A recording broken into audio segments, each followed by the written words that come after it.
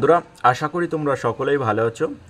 আজকে আমি যে বিষয়টা নিয়ে তোমাদের মাঝে আলোচনা করব সেটা হলো যে রিচার্জের দামই খুব বেশি পরিমাণে বৃদ্ধি পেয়েছে। যেটা তোমার ছিল জিও, ভোডাফোন, এয়ারটেল, এদের রিচার্জের দামটা খুবই বেশি। 3 তারিখ থেকে রিচার্জের দামটা তোমার প্রত্যেকটা প্ল্যানে বছরে যে 600 টাকা থেকে 700 টাকা বাড়িয়ে দিয়েছে। তাই আমাদের এখন করণীয় কি? দেখো, আমাদের এখন করণীয়, তোমরা যারা নেট চালাও সেক্ষেত্রে তোমাদের নেটের স্পিডটা অবশ্যই থাকার দরকার। তা না হলে তুমি ফোনটা ভালো করে চালাতে পারবে না। এবং যে সকল ভাইরা, বোনেরা, বন্ধুরা আছো যারা শুধু কথা বলো ফোনে, তোমাদের যাদের নেটটা দরকার হয় না, তারা কি করবে?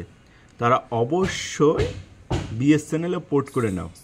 বিএসএনএলে তুমি তো অবশ্যই কথা বলতে পারছো। ওদের যে রিচার্জের দামটা তুমি দেখতে পাচ্ছ খুবই অল্প আছে।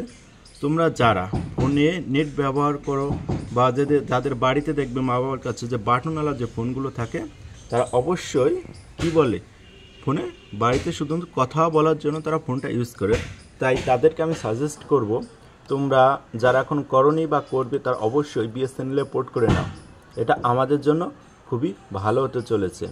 এবং তোমরা যারা নেট চালাও অবশ্যই নেটের স্পিডের দরকার।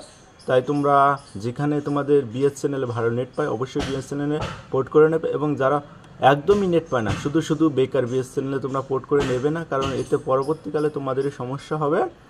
যাদের বিএসএনএল পায় অবশ্যই তোমরা পোর্ট করে নেবে। আজকের ভিডিও এই পর্যন্ত।